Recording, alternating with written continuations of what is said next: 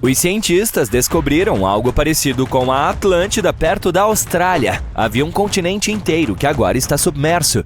Veja o que aconteceu com ele.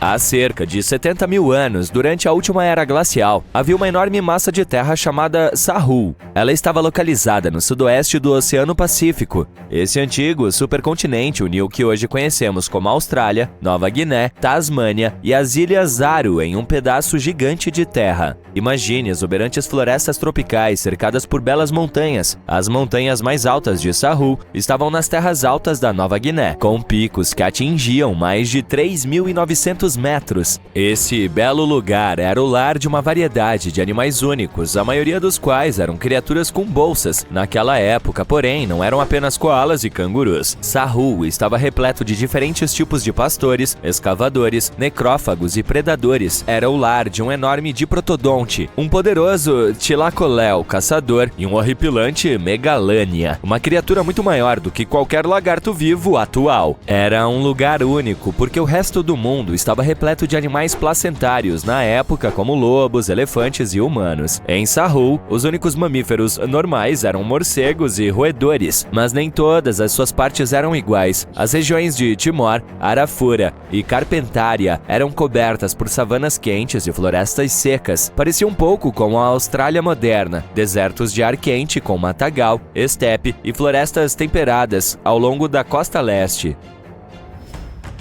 Naquela época, as pessoas estavam migrando por todo o mundo. Elas fizeram uma incrível jornada do sudeste da Ásia até Sahul e chegaram aqui pela primeira vez entre 60 e 45 mil anos atrás. Eles viajavam principalmente a pé e atravessaram o mar usando jangadas de bambu e barcos simples. Eles vieram de uma antiga massa de terra chamada Sunda, que incluía partes do sudeste da Ásia. Eles viajaram por uma série de ilhas conhecidas como o Aleixo e, por fim, se espalharam por Sahul.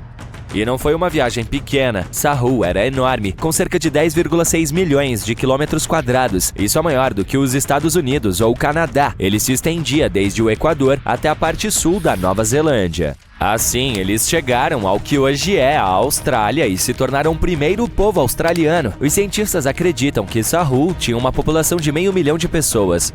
Descobrimos pinturas rupestres que datam de cerca de 40 mil anos atrás. É uma cena de caça que mostra um anoa, ou búfalo em miniatura, enfrentando figuras de humanos e animais.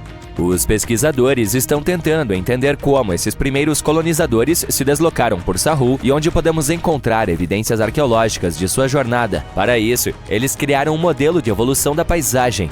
A simulação mostrou como Sahul mudou entre 75 mil e 35 mil anos atrás. Ela mostrou possíveis rotas de migração e sítios arqueológicos. Os seres humanos provavelmente viajaram ao longo das costas e dos rios. Mas como Sahul ficou submersa na costa da Austrália, semelhante à mítica Atlântida? Durante a última era glacial, grande parte da água da Terra ficou presa em grandes camadas de gelo e geleiras. O nível do mar era muito mais baixo do que é hoje. Depois disso, as temperaturas globais aumentaram, as camadas de gelo derreteram e o nível do mar subiu, inundando as pontes de terra que antes ligavam diferentes partes do Sahul. Há cerca de 8 mil anos, a Nova Guiné se separou da Austrália continental. E há cerca de 6 mil anos, a Tasmânia fez o mesmo. Ainda podemos explorar as partes subaquáticas de Sahul graças à nova tecnologia. Os mergulhadores exploram e coletam amostras diretamente do fundo do oceano. Os drones subaquáticos podem ir a lugares muito profundos ou perigosos para serem explorados por humanos. E com o mapeamento por sonar, os cientistas usam ondas sonoras para criar mapas do fundo do oceano. É como usar um eco para ver o que está embaixo d'água. As ondas sonoras ricocheteiam no fundo do mar e retornam, ajudando-nos a criar uma imagem de sua aparência. Em águas profundas, os arqueólogos encontraram ferramentas de pedra e outros artefatos. Eles também descobriram fósseis de animais como o diprotodon e tilacoléu. Ao estudar o terreno subaquático de Sahul, eles aprenderam sobre os antigos rios, lagos e litorais que existiam durante a Idade do Gelo. Mas Sahul não é o único continente subaquático. Mas Sahul não é a única joia escondida do Sudeste Asiático. Veja Sundaland, um lugar formado por Sumatra, Java, Bornéu e algumas outras ilhas. Esse lugar era enorme durante a era glacial, mas agora está quase totalmente submerso. Quase, mas não totalmente. As partes acima do oceano estão repletas de vida. Se você gosta de pássaros, dê uma olhada nesse lugar. Ele tem quase 1/5 das espécies de pássaros do mundo. Você pode observar pássaros coloridos como o gavião-águia de Java e o estorninho de Bali entre as florestas exuberantes. É também o lar de 1/4 das espécies de peixes da terra. As águas de Sunderland são paraíso para a vida marinha. Até mesmo os animais mais exóticos, como os arouanas asiáticos. É também um tesouro de flores. É onde você pode encontrar a Rafflesia e a Titan Arum, as maiores flores do mundo. Isso a torna muito semelhante à Zelândia. A Zelândia é um pedaço de terra longo e estreito, com cerca de metade do tamanho da Austrália. Ela se separou da Antártica há cerca de 100 milhões de anos. Assim como o Sunderland, ela não é totalmente submersa. 7% dela fica acima do nível do mar. Esse pequeno pedaço saliente é o que hoje chamamos de Nova Zelândia, juntamente com a ilha Stewart e algumas ilhas menores.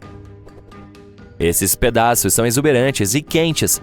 Esses repletos de vulcões, cadeias de montanhas, belos geysers naturais e fontes termais. A população local, Maori, usa essas fontes termais para cozinhar. As pessoas colocam milho, ovos e legumes em cestas e as colocam diretamente nas fontes termais. Às vezes, cozinham os alimentos em um forno de fossa usando pedras aquecidas. Outro mundo oculto é conhecido como Argolândia.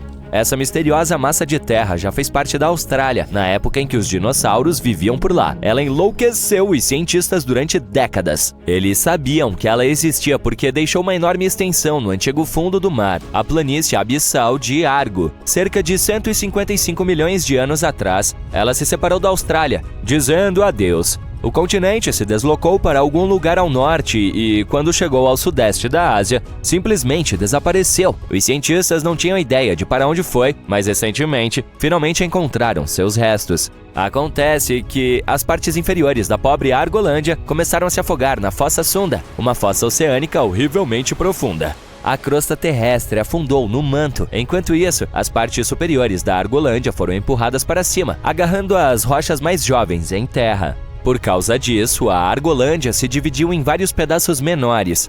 Esses pedaços formaram partes de Bornéu, Java, Sulawesi e outras regiões. Os restos estão enterrados sob a Indonésia e Myanmar.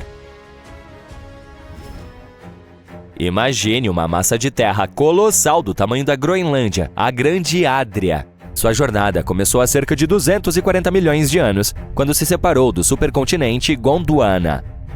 Começou a se mover para o norte e, após 100 milhões de anos desfrutando dos mares quentes, de repente se chocou com a Europa e se despedaçou. A maioria desses pedaços foi parar nas profundezas do manto da Terra, mas alguns foram raspados e se tornaram partes de cadeias de montanhas, como os Alpes. Hoje, os remanescentes da Grande Adria estão espalhados por mais de 30 países, da Espanha ao Irã. É por isso que é tão difícil encontrá-los. Seychelles também já faz parte de Gondwana. Sim, essas ilhas idílicas estão situadas no topo de um antigo continente. Sabemos muito sobre ele por causa de seus fascinantes afloramentos de granito. 100 anos atrás, Alfred Wegener descobriu a deriva continental, mas ninguém acreditou. Esses afloramentos de granito ajudaram a provar que ele não estava louco e que as placas tectônicas realmente se moviam. As Seychelles se separaram da Índia e de Madagascar e acabaram se tornando uma triste ilha solitária no Oceano Índico. Isso provavelmente aconteceu por causa de alguns vulcões insanamente ativos nos Deccan Traps, mas agora as ilhas são um lar de espécies únicas, tanto em terra quanto nos recifes de corais próximos. Maurícia se separou da Índia após a extinção dos dinossauros. Ao longo de sua jornada, ela se estendeu em uma forma longa, semelhante a uma fita, e também se partiu em pedaços.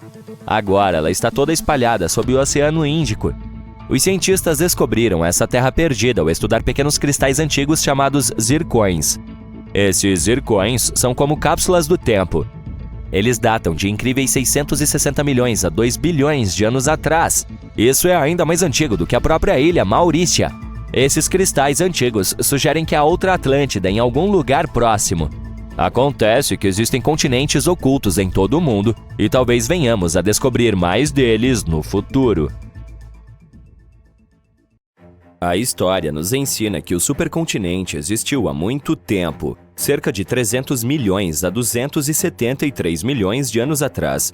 Naquela época, todos os continentes da Terra eram amigos e andavam juntos. Eles formavam uma equipe incrível chamada Pangaea ou Pangaea. Se você estiver se sentindo sofisticado, o nome vem de uma palavra grega que significa toda a Terra. A Pangaea também tinha uma enorme vizinhança de água chamada Pantalassa. Portanto, nosso mundo inteiro era um enorme pedaço de terra cercado por um enorme pedaço de oceano. O megacontinente parecia um C gigante que se estendia entre o topo e o fundo do nosso planeta. Mas, como diz a história, as coisas mudaram. Cerca de 200 milhões de anos atrás, no início da época Jurássica, como nos tempos dos dinossauros, a Pangaea decidiu dar uma festa de separação. Esqueça as velhas ideias de continentes à deriva como grandes icebergs. Ela se dividiu em pedaços menores, formando os continentes que conhecemos hoje. E como bônus, criou os oceanos Atlântico e Índico. A história da Pangaea foi contada pela primeira vez por um especialista em meteorologia alemão chamado Alfred Wegener em 1912. Mas como ele ficou sabendo de algo que aconteceu há tanto tempo? Imagine o núcleo da Terra como uma grande lareira aconchegante que emite calor. Esse calor cria correntes giratórias especiais na camada externa da Terra. Podemos pensar nisso como a crosta terrestre, que se parece com um grande quebra-cabeça com muitas peças. As correntes quentes fazem com que essas peças do quebra-cabeça, chamadas de placas da crosta terrestre, se movimentem. Às vezes se chocam umas contra as outras e, às vezes, deslizam umas sobre as outras. É como um baile fantástico que acontece sob nossos pés. Um dia, Wegener observou as formas dos continentes e pensou que os litorais da América do Sul e da África se encaixavam. E realmente se encaixavam. Então, ele imaginou que, há muito tempo, todos os continentes andavam juntos como uma grande massa de terra. Mas ele não podia simplesmente dizer isso sem nenhuma prova. Então, como sabemos que a Pangaea realmente existiu? Bem, há algumas pistas que nos levaram a essa incrível descoberta. Uma pista é como quando você monta um quebra-cabeça e as peças se encaixam perfeitamente. Basta olhar para as formas dos continentes atuais. Dá para perceber que eles se encaixam quase como uma combinação perfeita. Obviamente, suas formas mudaram com o tempo. Isso aconteceu há milhões de anos e, desde então, as margens dos continentes têm sido lavadas pela água ao longo dos anos. Mas mesmo assim, ainda podemos ver como eles se encaixam bem. Outra pista vem da verificação dos fósseis. Sabemos que os animais antigos deixaram muitos fósseis para trás. Foi assim que aprendemos sua história e quais eram as espécies existentes. Mas quando os cientistas compararam fósseis encontrados em diferentes continentes, eles notaram algo interessante. Esses fósseis eram semelhantes. Surpreendentemente, eles pertenciam aos mesmos grupos de animais, embora estivessem distantes uns dos outros. Não é como se esses animais pudessem atravessar o oceano com suas 4 patas, e é improvável que esse tipo específico de animal tenha se originado em 2 lugares ao mesmo tempo. E, por fim, as montanhas. Imagine explorar debaixo d'água e encontrar enormes montanhas nos oceanos. Essas cordilheiras submarinas e trincheiras profundas são como cicatrizes de quando as placas tectônicas da Terra se moviam. Elas servem como outra prova de que os continentes fazem parte de algo maior. Quando você analisa todos esses aspectos em conjunto, obtém um quadro bastante claro. Os continentes da Terra já estiveram reunidos em um supercontinente. Desde então, eles seguiram caminhos separados. Mas as lembranças de sua grande aventura ainda estão gravadas nas formas dos litorais, nas rochas que deixaram para trás e muito mais. Mas agora isso é óbvio para nós. Na época da descoberta de Wegener, havia ideias diferentes circulando por aí. Algumas pessoas achavam que os continentes afundaram para formar os oceanos, mas Wegener tinha uma visão diferente. Ele achava que os continentes estavam sempre em movimento. Ele até criou uma expressão sofisticada, deriva continental, para explicar o fato. Mais tarde, ele foi acompanhado por outro cientista chamado Alexander Dutoit, que acrescentou uma pequena reviravolta à história, sugerindo que havia 2 continentes originais, Laurásia no norte e Gondwana no sul. Mas a verdadeira festa só começou na década de 1960, quando os cientistas descobriram o ingrediente secreto dessa receita, a tectônica de placas. E finalmente essa teoria explicou tudo o que Wegener e Dutoit falavam. A teoria de Wegener foi comprovada como correta após 50 anos. Com o passar do tempo, aprendemos mais e mais sobre nosso planeta. Descobrimos que a Terra costumava ter vários supercontinentes. Antes da Pangeia, havia um megacontinente chamado Rodínia, há cerca de 1 bilhão de anos. Mais tarde, Pannotia entrou em cena há cerca de 600 milhões de anos. O interessante é que a história da deriva continental está longe de terminar. Nossos continentes estão sempre em movimento.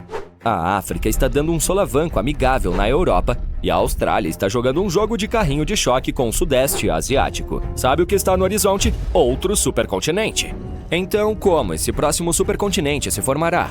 Bem, há 4 possibilidades principais: Novo Pangeia, Pangeia Última, Aurica e Amásia. Esses nomes podem parecer de super-heróis, mas na verdade são formas diferentes de encaixar as peças do quebra-cabeça. Vamos dar uma olhada em todas elas. Primeiramente, Novo Pangeia. Você sabe que tem o Oceano Atlântico de um lado e o Oceano Pacífico do outro.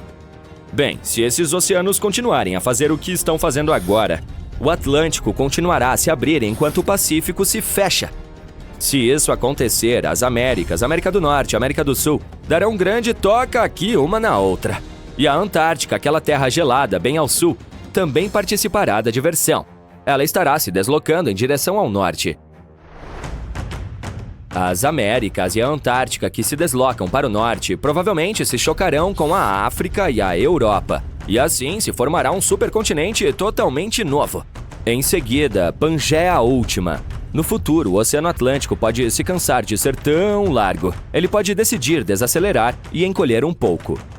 Há pontos em que o fundo do oceano está deslizando por baixo da Terra. É como uma passagem subaquática secreta. Esses pontos são chamados de zonas de subducção.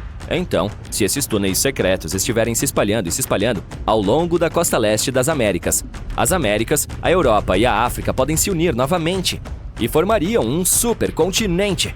Esse supercontinente seria cercado pelo Oceano Pacífico. O próximo supercontinente possível é a Aurica. Nesse cenário, os oceanos Pacífico e Atlântico podem decidir tirar um cochilo e se fechar. Mas não se preocupe, pois quando uma porta se fecha, outra se abre. Neste caso, um oceano totalmente novo surgiria para substituí-los. Imagine uma grande fenda no solo cortando a Ásia como um zíper se abrindo. Essa fenda é chamada de Fenda Pan-Asiática. E ela se tornaria um oceano totalmente novo. Com esse novo oceano, surgiria um novo supercontinente, Aurica. Atualmente, a Austrália está se deslocando para o norte como se estivesse tentando encontrar um bom lugar no centro do nosso planeta. O leste asiático e as Américas podem se juntar de ambos os lados. Depois disso, a Europa e a África podem se unir às Américas. E BUM! Aurica! E finalmente, a Amásia. Ela pode se formar se algumas das placas tectônicas forem para o norte. Elas podem levar continentes como a África e a Austrália para um passeio. Eles ficarão ao redor do Polo Norte. Todos os continentes, exceto a Antártica, podem se unir. E mesmo que eles possam se reunir em torno do Polo Norte, eles não fechariam os oceanos. Os oceanos Atlântico e Pacífico ainda estariam abertos para negócios. A forma como essa grande reunião aconteceria depende dos movimentos tectônicos da Terra. Até o momento, acreditamos que Novo Pangeia é o cenário mais provável. Isso também depende do que aconteceu exatamente com a Pangeia depois que ela se separou. E quando o novo supercontinente surgir, o que acontecerá com o clima? Como o oceano se comportará? E os animais e as plantas? Todas essas perguntas iluminam nossas mentes. Quem sabe? Talvez um dia nossos descendentes olhem para o mapa mundi e vejam essa incrível jornada completar o círculo. Continue fazendo perguntas curiosas e fique atento nos próximos 100 milhões de anos. Cientistas afirmam que a Islândia era uma região entre a Groenlândia e a Escandinávia, com mais de 600 mil quilômetros quadrados, mas que agora está debaixo d'água. A Terra era uma grande pizza com todos os continentes conectados uns aos outros milhões de anos atrás, também conhecida como Pangeia. A região do Atlântico Norte que conhecemos hoje era terra seca entre 335 milhões e 175 milhões de anos atrás. Por muitos anos, cientistas e geólogos presumiram que o Oceano Atlântico Norte nasceu quando a Pangeia começou a se dividir há cerca de 200 milhões de anos. Com vulcões na região onde fica a Islândia, o país surgiu há apenas 60 milhões de anos, quando se separou de todas as outras terras. E assim como uma grande pizza, a Terra se dividiu. Muitas das terras se dividiram em pedaços grandes e pequenos, criando os continentes que conhecemos hoje. Mas essa nova teoria sugere que o resultado da divisão de Pangeia deixou de fora algumas terras que se estendiam por cerca de 320 quilômetros. E há cerca de 10 milhões de anos, esse pedaço de terra submergiu nas águas dos lados oriental e ocidental, deixando de fora apenas a ponta de terra que agora é a Islândia. Quando as placas tectônicas se movem, elas se esfregam umas nas outras, dando forma à nossa paisagem atual, tudo graças ao manto. Essa nova teoria radical vai contra tudo que está escrito nos livros de história e o que os cientistas têm estudado. Eles começaram a balançar a cabeça, atraindo muito ceticismo e crítica. Mas, ao analisar o fundo do oceano sob a Islândia e a crosta terrestre, podemos supor que essa ideia não é absurda. A crosta abaixo da Islândia é muito mais espessa do que as típicas. A crosta oceânica é composta de rochas derretidas únicas em comparação com as crostas terrestres, onde vivemos, e é muito mais densa. A camada mais fina da Terra é a crosta, onde ocorre a vida. É essencial para a água, cultivo de alimentos, coleta de recursos naturais e minerais e para respirar oxigênio. Ela afunda, mas logo acima do manto da Terra. Ela também se revigora, uma vez que é constantemente reciclada no manto e volta para cima. É por isso que as rochas na crosta oceânica têm cerca de 40 km de espessura, em comparação com apenas 8 km em qualquer outro lugar. Isso também é razoável, visto que está em um ponto de acesso para vulcões. Levantamentos magnéticos do fundo do oceano mostram camadas de crosta derretida em padrões de listras. Também porque o campo magnético da Terra mudou sua polaridade ao longo de milhões de anos, ele desempenhou um papel na formação da base da nossa paisagem. Mas ainda não há nenhuma evidência concreta para provar essa nova teoria. Um dos primeiros passos é começar a cavar o fundo do oceano perto da Islândia. O zircão é um mineral muito resistente que pode durar bilhões de anos, apesar da erosão na crosta terrestre. Ao coletar amostras e estudá-las, os pesquisadores podem estimar a idade geológica dos continentes. Isso dirá se a crosta é oceânica, que é mais espessa, ou continental, que é a crosta normal sobre a qual caminhamos. Esse não é um projeto a ser realizado do dia para a noite e teria um custo elevado. Outra forma é fazer levantamentos sísmicos que possam medir os ecos realizados em navios de pesquisa. Perfurar buracos com quilômetros de profundidade na crosta também podem ajudar na pesquisa, mas isso custaria mais do que estudar os minerais de zircão. Algumas plantas fossilizadas exclusivas da Escandinávia e da Groenlândia podem provar que a Islândia já esteve na superfície e possivelmente estava repleta de árvores. Não era uma terra fria como é hoje, e então pode ter tido florestas. Mas os cientistas ainda não encontraram evidências fósseis de animais comuns em ambas as terras que sugiram isso. Mas talvez o tempo mostre. A teoria é mais profunda, o que sugere que houve uma grande Islândia. As terras extras no oeste são compostas do que hoje são a Irlanda e a Grã-Bretanha, mas é muito difícil dizer, já que tudo está debaixo d'água. Porém, se a teoria for verdadeira, então internacionalmente as implicações dos combustíveis fósseis em potencial podem ser uma virada de jogo para a região. A Islândia pode ser um dos países mais ricos do mundo e uma nova potência global. Com Islândia, Irlanda, Grã-Bretanha, Escandinávia e Groenlândia em um microcontinente, pode ser um destino para quem gosta do inverno e ótimo para esquiar. Seria possível conectar o Canadá à Grande Islândia de trem sobre o oceano, o que abriria ainda mais a economia. A Islândia tem cerca de 103 mil quilômetros quadrados, o que já é bastante grande. E se a Grande Islândia estivesse presente hoje, a Europa seria um continente completamente diferente. Muitas teorias estão circulando sobre outros possíveis microcontinentes ocultos ao redor do mundo. Os cientistas não têm certeza da possibilidade da existência da Grande Islândia, mas se todos os estudos realizados fossem feitos corretamente, então a teoria poderia mudar tudo o que sabemos sobre a Islândia e o Oceano Atlântico Norte. E isso poderia abrir caminho para outros microcontinentes submersos em todo o mundo. Outra teoria por aí é que a Nova Zelândia era a ponta de um subcontinente perdido ainda maior do que a Islândia, chamado Zelândia.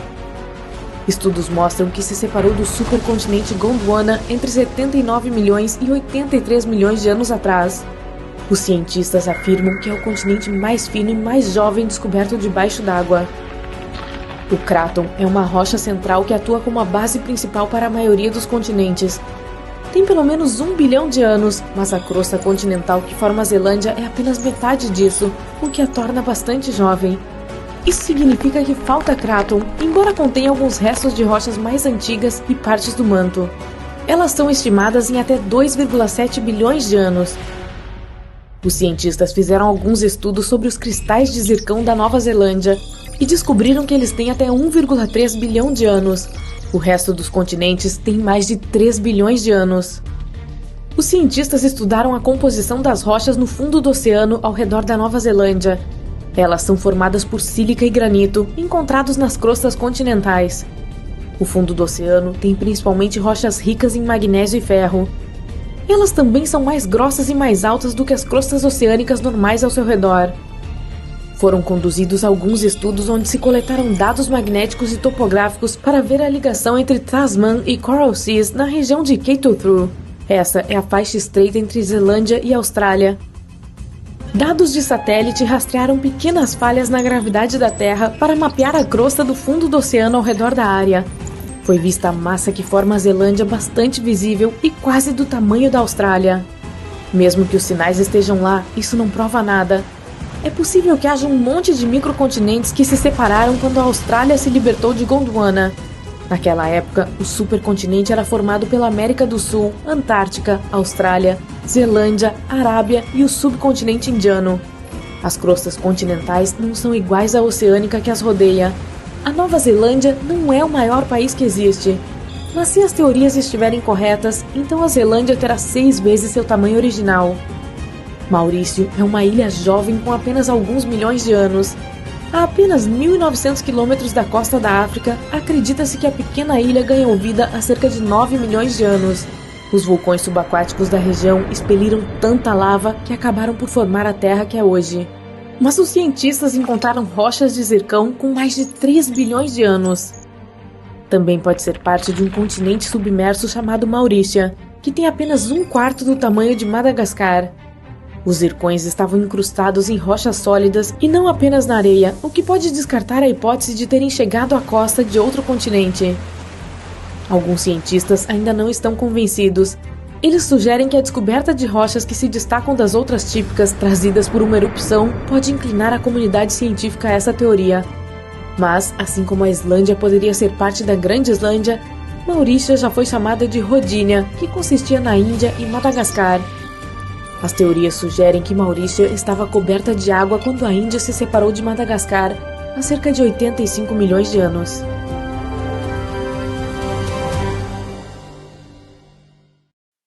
Em 24 de maio, auroras impressionantes que adornaram o céu noturno demonstraram todo o poder que as tempestades solares emitem como radiação.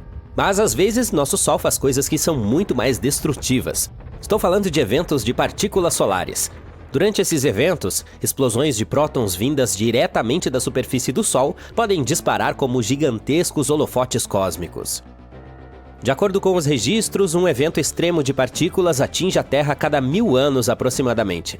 Ele geralmente causa danos graves à camada de ozônio e aumenta os níveis de radiação ultravioleta mais perto da superfície do nosso planeta. Felizmente, o campo magnético da Terra atua como um poderoso casulo protetor para o nosso planeta, afastando a radiação eletricamente carregada do Sol. Em seu estado normal, esse campo funciona como um enorme ímã em barra, com linhas de campo saindo de um polo, dando a volta no planeta e caindo no outro polo. Essa orientação vertical do campo magnético nos polos permite que parte da radiação cósmica ionizante atravesse o campo até a atmosfera superior. Lá, ela interage com as moléculas de gás e produz o brilho que conhecemos como auroras. Mas com o passar do tempo, a bolha protetora da Terra muda. No século passado, o polo magnético norte se deslocou pelo norte do Canadá a uma velocidade de cerca de 40 km por ano. Além disso, ele se enfraqueceu em mais de 6%. Ainda mais chocante é que, de acordo com os registros geológicos, houve períodos de séculos e milênios em que o campo magnético do nosso planeta estava super fraco ou totalmente ausente. Mas falaremos sobre esses períodos trágicos mais tarde. É fácil imaginar como seria nosso planeta sem sua bolha protetora se olharmos para Marte. O planeta vermelho perdeu seu campo magnético global há muito tempo. E quando esse campo desapareceu, a maior parte da atmosfera de Marte também desapareceu. Em 24 de maio, um forte evento de partículas solares atingiu o planeta. Ele interrompeu a operação da espaçonave Mars Odyssey e fez com que os níveis de radiação na superfície do planeta vermelho subissem cerca de 30 vezes mais do que o que uma pessoa recebe durante uma radiografia do tórax. A atmosfera externa do Sol emite constantemente um fluxo variável de elétrons e prótons, o vento solar. Ao mesmo tempo, a superfície da estrela também produz explosões de energia, principalmente prótons, durante eventos de partículas solares. Essas explosões de energia estão relacionadas às explosões solares, explosões extremamente potentes de radiação eletromagnética que podem durar de minutos a horas. Os prótons são muito mais pesados que os elétrons e carregam mais energia. É por isso que eles podem atingir níveis mais baixos da atmosfera da Terra, excitando as moléculas de gás no ar. Essas moléculas excitadas emitem raios-X invisíveis a olho nu. Dezenas e centenas de eventos de partículas solares relativamente fracos ocorrem durante cada ciclo solar. Agora vamos falar sobre os ciclos solares por um minuto. À distância, o Sol parece calmo e estável, mas se você aproximar o zoom, verá que sua superfície está constantemente fervilhando e se agitando. Ela continua se transformando de um oceano uniforme de fogo em um caos de plasma deformado e vice-versa em um ciclo repetitivo. A cada 11 anos, aproximadamente, o campo magnético de nossa estrela se enrosca. Imagine uma bola de elásticos bem enrolados. É assim que ele se parece nesses momentos. E então, em um determinado momento, ele se rompe e vira completamente, transformando o Polo Norte em Polo Sul e vice-versa. Logo antes desse evento, o Sol aumenta sua atividade. Ele começa a cuspir bolhas gigantes de plasma incandescente, emite poderosos fluxos de radiação e apresenta manchas do tamanho de planetas. Esse período tem o nome de máximo solar. É um período bastante perigoso para a Terra, pois ela é regularmente atingida por tempestades solares. Essas tempestades têm o potencial de interromper as comunicações e danificar a infraestrutura de energia. Pior ainda, as tempestades solares podem prejudicar os astronautas que trabalham no espaço e até mesmo fazer com que os satélites colidam com o planeta. Quando o ciclo termina, ele volta ao mínimo solar e, em seguida, começa um novo ciclo. Enfim, voltemos aos nossos eventos de partículas solares. Os pesquisadores encontraram vestígios de eventos solares extremamente fortes ocorridos ao longo da história da Terra. E alguns deles eram milhares de vezes mais fortes do que qualquer coisa que nossos instrumentos modernos já registraram. Esses eventos extremos de partículas solares ocorrem aproximadamente a cada poucos milênios. O mais recente ocorreu por volta do ano 993 da Era Cristã. Além do efeito imediato que tem, os eventos de partículas solares podem dar início a uma cadeia de reações químicas na atmosfera superior. E esses processos geralmente levam à destruição do ozônio, o que não é bom. O ozônio absorve a radiação solar UV prejudicial, que pode danificar não apenas nossa visão, mas também o DNA dos seres vivos. Além disso, a alteração das quantidades de ozônio na atmosfera pode afetar o clima. Em um estudo recente, os pesquisadores usaram grandes modelos de computador para examinar como os eventos extremos de partículas solares afetam a Terra. Eles descobriram que, se um evento de prótons solares ocorrer durante um período de tempo em que o campo magnético do nosso planeta estiver muito fraco, os danos ao ozônio podem durar 6 anos.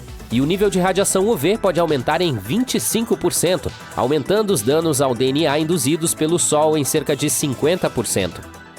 E, aparentemente, essa combinação dramática de um campo magnético fraco e eventos extremos de prótons solares acontece com bastante frequência.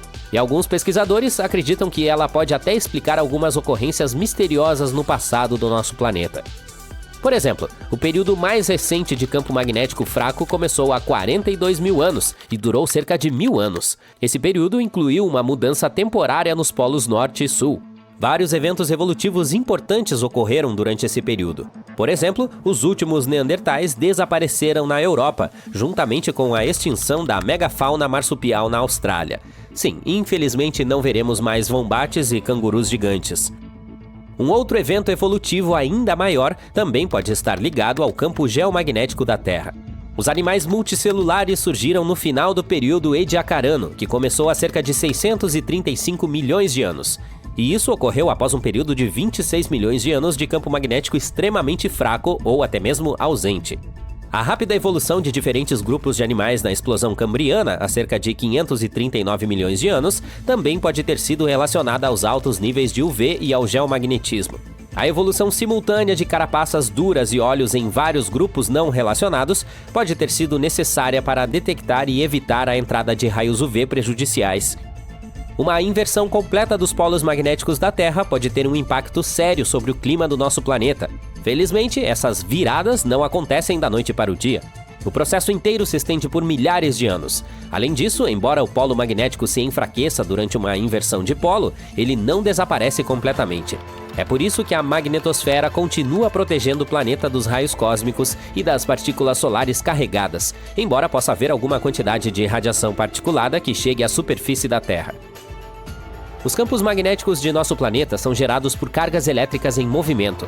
Se algum material permite que essas cargas se movam facilmente nele, ele é chamado de condutor. O metal é um ótimo condutor e nós o usamos com frequência para transferir correntes elétricas de um lugar para outro. Nesse caso, a corrente elétrica são cargas negativas chamadas elétrons que se movem pelo metal. A corrente é o que gera um campo magnético. O núcleo externo da Terra é feito de ferro e níquel líquidos. Em outras palavras, há camadas e mais camadas de material condutor dentro do nosso planeta. Correntes de carga se movem constantemente pelo núcleo e o metal líquido também se move e circula por lá, gerando o campo magnético. Esse campo magnético, por sua vez, produz algo semelhante a uma bolha ao redor do planeta. Ela é chamada de magnetosfera e está localizada acima da parte mais alta da atmosfera. Essa camada protege e desvia a radiação de raios cósmicos de alta energia, que, caso contrário, seria extremamente perigosa para as pessoas e outras formas de vida na Terra. A magnetosfera também interage com a ionosfera, a camada da atmosfera do nosso planeta que contém muitos íons e elétrons livres e é capaz de refletir ondas de rádio. A interação entre essas duas camadas e os ventos solares magnetizados é o que os cientistas chamam de clima espacial.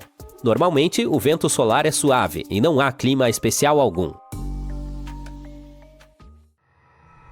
Bem, estamos chamando Urano de forma errada todo esse tempo. Os astrônomos dizem que deveríamos pronunciá-lo como Urana. No entanto, não posso dizer que uma entonação diferente mude muita coisa. Entretanto, as coisas poderiam ter sido diferentes. Inicialmente, Urano deveria ter o majestoso nome de George, semelhante a um monarca, porque os astrônomos queriam batizá-lo com o nome do rei George III. No final, mudaram de ideia, e agora esse é o tema de todas as piadas. Se você pegar o custo total do lançamento de uma missão e dividi-lo pelo peso da carga, verá alguns números bastante surpreendentes. De acordo com especialistas, em 2016 costumava custar $10 mil para enviar apenas cerca de meio quilo de carga ao espaço. Mas agora os preços dispararam. A carga da espaçonave Cygnus custa mais de $43 mil por aproximadamente meio quilo, enquanto as novas transportadoras da SpaceX custam cerca de $27 mil por meio quilo. Lembra de como é caro pagar por água nos aeroportos? Agora, uma garrafa de água no espaço custaria algo entre $9.100 e $43 mil. E isso apenas para ser entregue no espaço. Quanto à água no espaço, bem, ela costumava ser considerada uma coisa muito rara, mas na realidade há gelo em todo o sistema solar, então você não precisa comprar aquelas garrafas superfaturadas de $43 mil. Ela está presente em cometas, asteroides e até mesmo crateras difíceis de serem vistas em Mercúrio e na Lua. No entanto, não temos certeza se há água suficiente nesses lugares para sustentar colônias de pessoas. Marte também tem gelo em seus polos, escondido sob a poeira e a geada de sua superfície. Até mesmo corpos celestes menores, como o Encelados, que é a lua de Saturno, e o planeta não Ceres, têm gelo. Os cientistas da NASA acreditam que pode haver uma chance de encontrar vida na lua Europa, de Júpiter. Talvez exista água líquida sob sua casca gelada. Europa, embora seja muito menor do que a Terra, pode ter um oceano profundo o suficiente para conter 2 vezes mais água do que todos os oceanos do nosso planeta juntos. Em 2009, os cientistas que exploraram uma enorme nuvem de gás e poeira no centro de nossa galáxia se depararam com uma surpresa fascinante. Eles encontraram formiato de etila dentro da nuvem. Essa substância química é responsável pelo sabor delicioso das framboesas e tem um aroma semelhante ao do rum. Além disso, outra região próxima está repleta de álcool etílico, o mesmo tipo encontrado em muitas bebidas. Na verdade, há álcool suficiente nessa região para fornecer a cada pessoa na Terra 300 mil litros de cerveja todos os dias durante o próximo bilhão de anos. Acredite ou não, mas nós temos um buraco negro na Terra. O fato é que criar um deles em laboratório era algo indispensável. Estudar esses monstros no espaço real continua sendo um sonho distante, portanto só foi possível criar um para fazer experimentos em um laboratório. Um grupo de cientistas da Holanda queria explorar a misteriosa teoria da radiação Hawking proposta pelo icônico Stephen Hawking. Usando átomos para imitar um horizonte de eventos, eles orquestraram elétrons, causando um aumento na temperatura que se assemelhava a um espaço-tempo plano. À medida que as partículas se moviam por meio de flutuações quânticas, um anel de radiação infravermelha apareceu ao redor do buraco negro cultivado em laboratório, espelhando a ideia de Hawking. Pode parecer loucura, mas você pode ser totalmente alérgico à Lua. Resumindo, na última missão da Apollo, trouxeram mais amostras de rochas do que nunca. Além disso, nela havia o primeiro e único cientista profissional na Lua, Jack Schmitt. Ele era geólogo, e suas amostras de pedras lunares ajudaram os pesquisadores a aprender mais sobre o campo magnético e a história vulcânica do nosso satélite natural.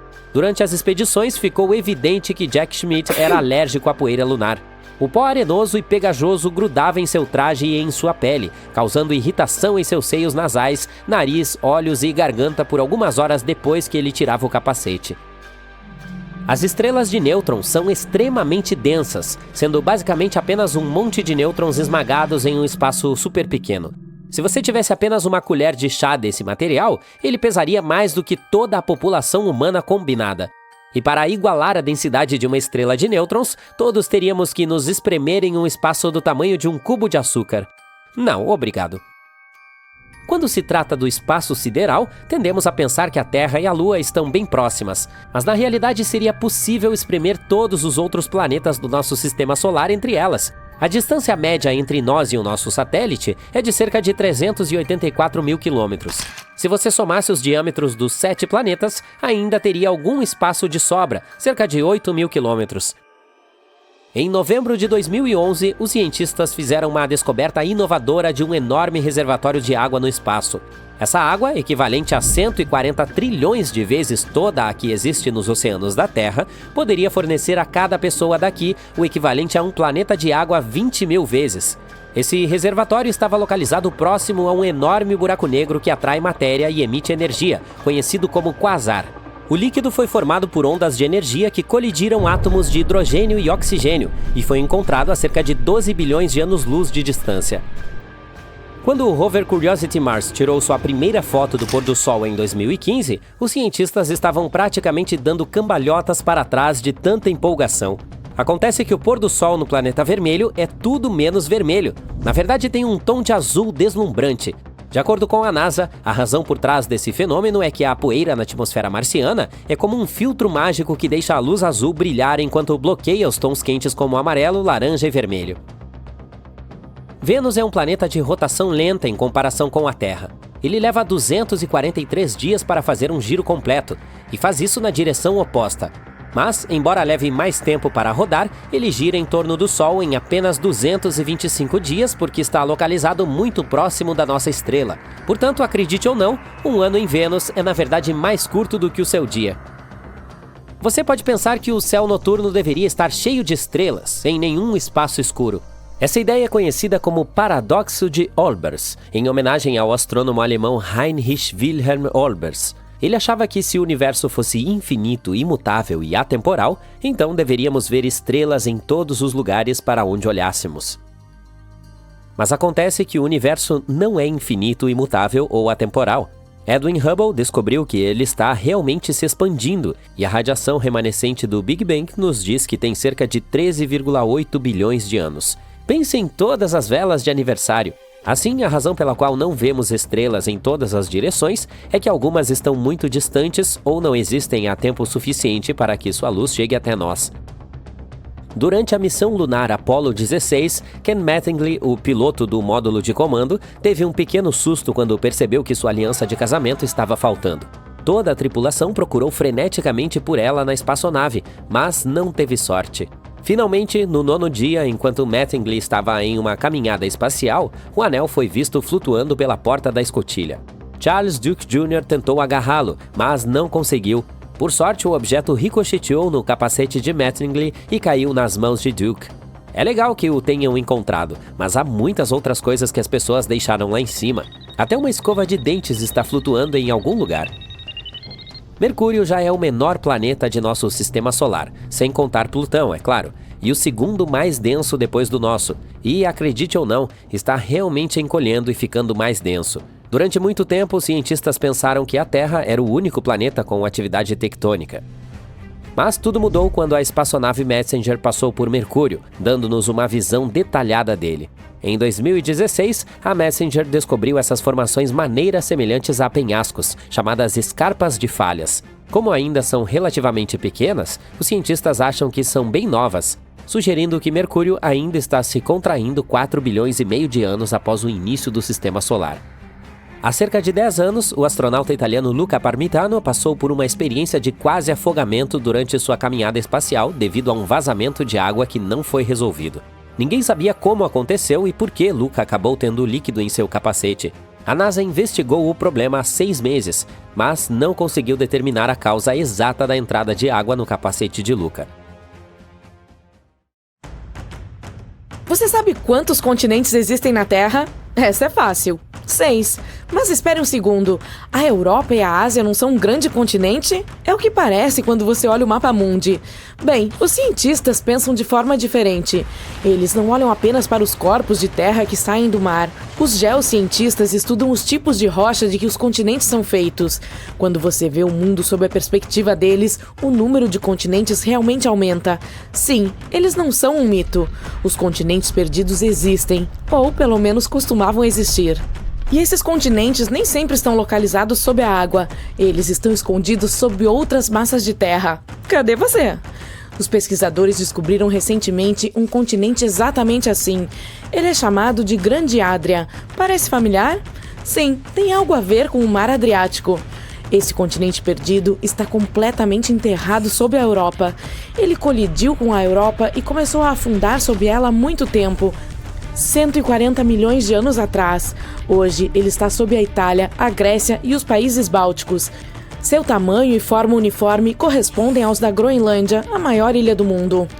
Mas como os geocientistas encontraram a Grande Adria? Ela não está mais visível, mas deixou algumas pistas. Partes dela foram incorporadas aos Alpes. Outros pedaços foram incorporados à atual Itália e Croácia, do outro lado do Mar Adriático. As rochas calcárias do antigo continente começaram a se transformar quando estavam sob a massa de terra europeia. O calor e a pressão tremendos, distribuídos ao longo de dezenas de milhões de anos, mudaram sua estrutura. Saiu o calcário e entrou o mármore. Todos os templos gregos e romanos que você admirou em suas férias de verão foram construídos com esse mármore. Era uma espécie de presente de despedida de um continente há muito perdido. A Grande Adria se camuflou bem por milhares de anos, mas outros continentes perdidos estavam escondidos à vista de todos. Você já ouviu falar do 8º continente da Terra, a Zelândia? Provavelmente não, porque ele fica sob a superfície do Oceano Pacífico. 95% da Zelândia está agora debaixo d'água. Você consegue adivinhar onde exatamente? Seu nome é uma boa dica, sob a Nova Zelândia. Se você abrir o Google Maps, poderá ver seu contorno. Procure um tom de azul mais claro no oceano. Ele deve se estender da Nova Caledônia até a Nova Zelândia. Essa saliência no fundo do oceano costumava estar acima do nível do mar. Tinha cerca de 2/3 do tamanho da Austrália e mais de 2 vezes do tamanho da massa terrestre da Grande Adria. Podemos ver a Zelândia hoje porque ela não afundou muito, e essa é a melhor maneira de descobrir outros continentes perdidos. Imagine a Terra sem os oceanos. O fundo do mar não é plano, há montanhas e trincheiras. Você poderia colocar o Monte Everest na mais profunda delas, a Fossa das Marianas, e ainda haveria 2.133 metros entre ele e o nível do mar. Essa trincheira ficou tão profunda devido a um processo geológico chamado subducção. A placa do Pacífico ficou sob a placa das Filipinas. A crosta terrestre é formada por essas placas que flutuam em um mar de rocha derretida. Depois, elas se chocam umas com as outras, uma desce e a outra sobe. Foi assim que a Grande Adria acabou sob o continente europeu. Nosso planeta está em constante movimento. Não notamos esse processo porque ele acontece bem embaixo de nossos pés. Há 120 milhões de anos, a Austrália e a Antártida eram um único pedaço de terra. Sim, o lugar mais frio e um dos lugares mais quentes da Terra já foram o mesmo território. A Antártida se despediu da Austrália, mas não foi embora de mãos vazias. Hoje existe um platô oceânico no Oceano Índico. A palavra platô vem do francês e significa terra plana elevada. E o nome dessa terra soa como o título de um filme de Hollywood, Broken Ridge. Há muito tempo, ela estava conectada a outro continente perdido, o microcontinente Kerguelen. Os cientistas acreditam que ela foi uma ponte terrestre entre a Índia e a Antártida. Como era essa terra? A resposta possivelmente está em um pequeno arquipélago no sul do Oceano Índico. Essas ilhas são tudo o que restou da antiga massa de terra. Elas têm um clima frio. As ilhas têm geleiras porque estão muito próximas da Antártida. Mas no passado, o clima deve ter sido temperado, com muitas chuvas. Os animais e as plantas seriam semelhantes aos que encontramos hoje nas regiões tropicais. A paisagem do continente perdido provavelmente se assemelhava à da Nova Zelândia. Já que estamos na área, você consegue adivinhar a qual continente pertenceu a ilha-estado de Madagascar? Se você disse África, desculpe, mas errou. Ei, não se sinta mal.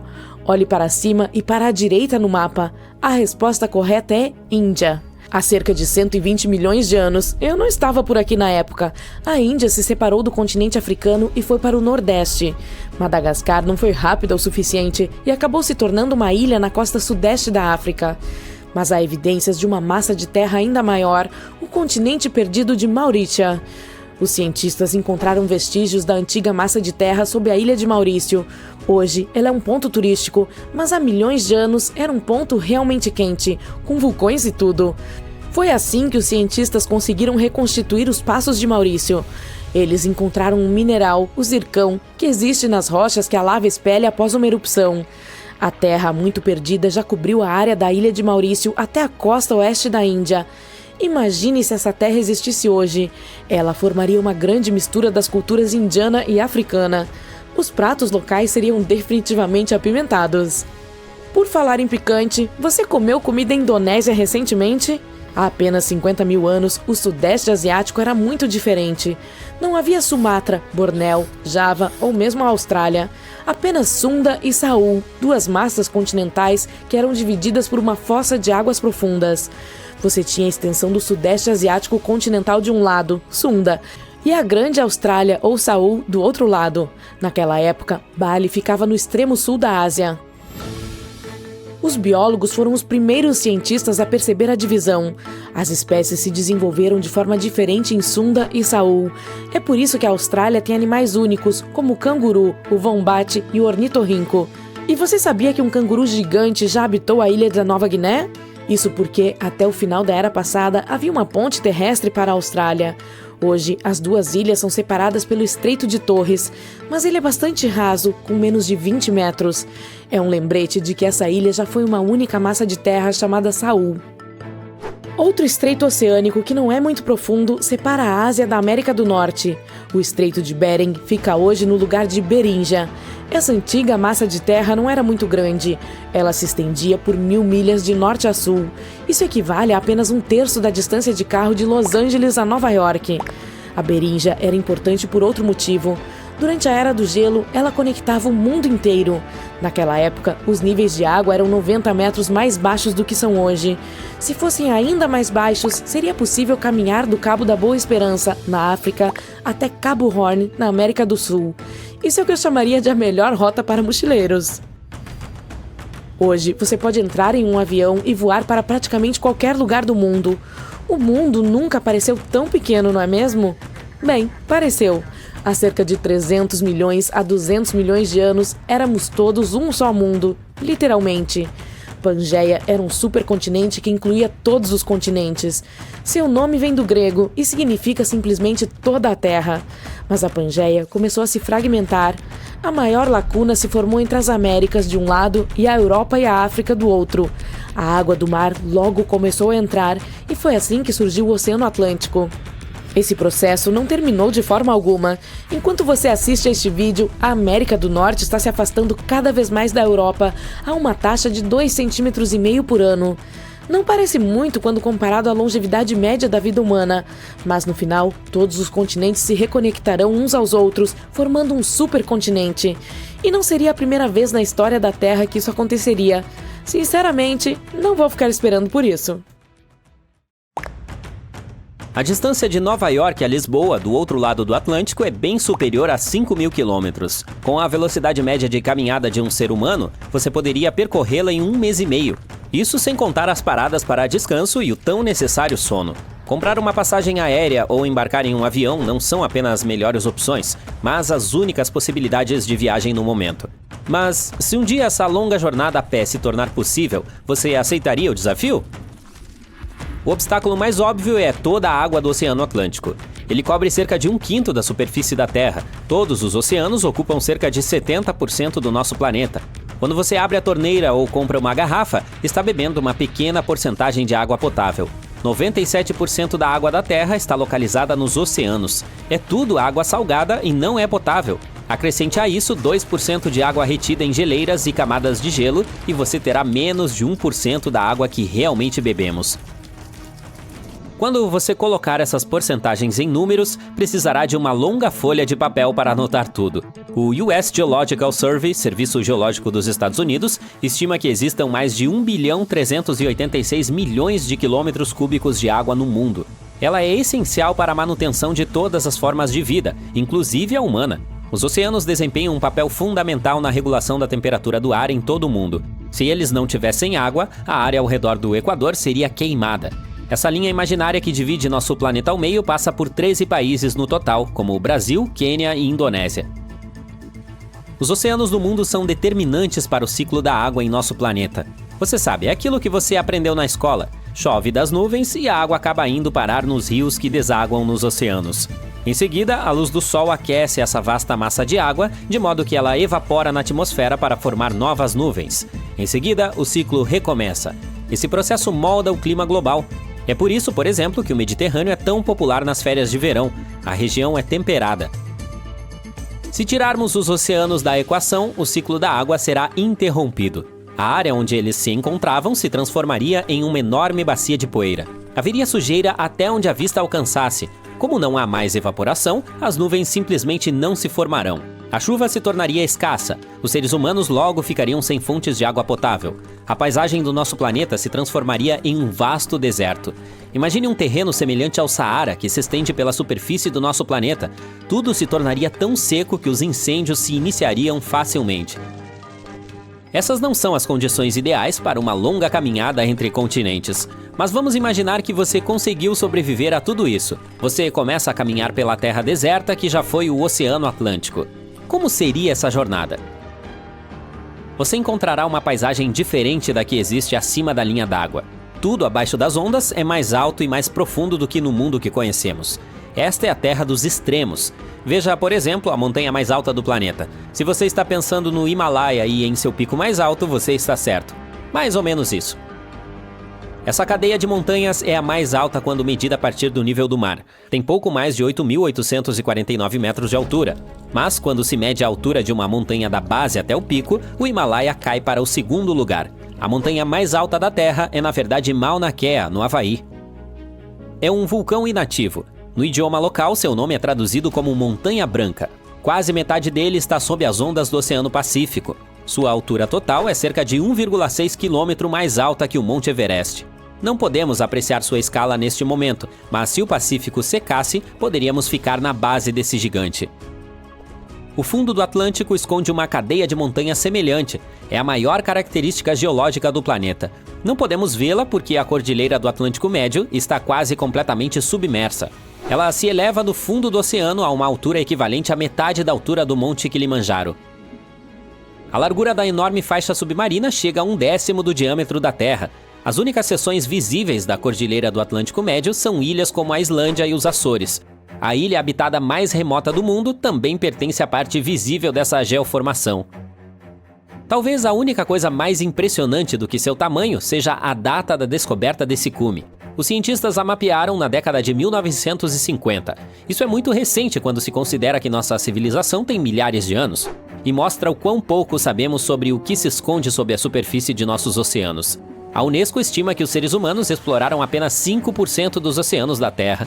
Parece difícil de acreditar, mas mais pessoas já estiveram na Lua do que no fundo do oceano. O lugar mais profundo do nosso planeta fica na Fossa das Marianas.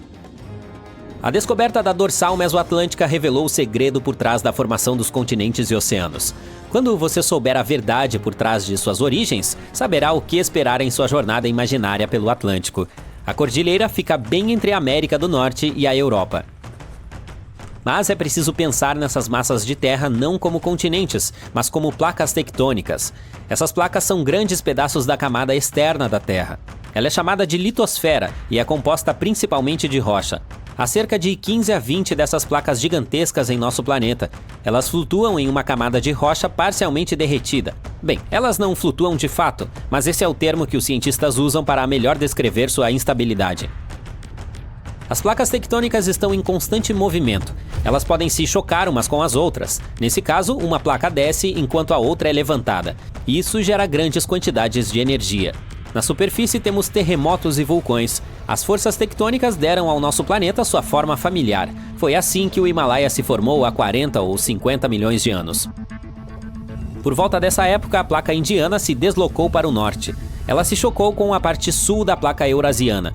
Como as duas placas eram compostas de um tipo semelhante de rocha, cada uma se recusou a passar por baixo da outra. A única direção possível era para cima. Esse processo ainda não terminou. A faixa cresce em 1/3 de 1 centímetro a cada ano. Uma coisa semelhante está acontecendo com a Cordilheira do Meio Atlântico. Ela está se alargando a uma taxa anual de 4 centímetros. E há um efeito colateral interessante nesse processo. Lembra de quando você fazia castelos de areia? Para construir a fortaleza, você precisava cavar muita areia ao redor dela. À medida que o castelo aumentava de tamanho, o buraco ao redor ficava maior. A mesma coisa está acontecendo no Oceano Atlântico, mas em uma escala muito maior. Como a cordilheira está ficando cada vez mais larga, as duas costas estão se afastando uma da outra. A placa da América do Norte e a placa da Eurásia estão se afastando. Isso significa que sua viagem imaginária em um mundo sem oceanos pode demorar mais. Para cada ano de espera, você precisará percorrer 2,5 centímetros a mais. Isso não parece muito longe, mas espere um pouco e talvez você não precise embarcar em uma viagem intercontinental. Os continentes virão até você. A evaporação não é a única maneira de drenar um oceano. A costa de cada lado de um oceano pode simplesmente se fechar sobre ele.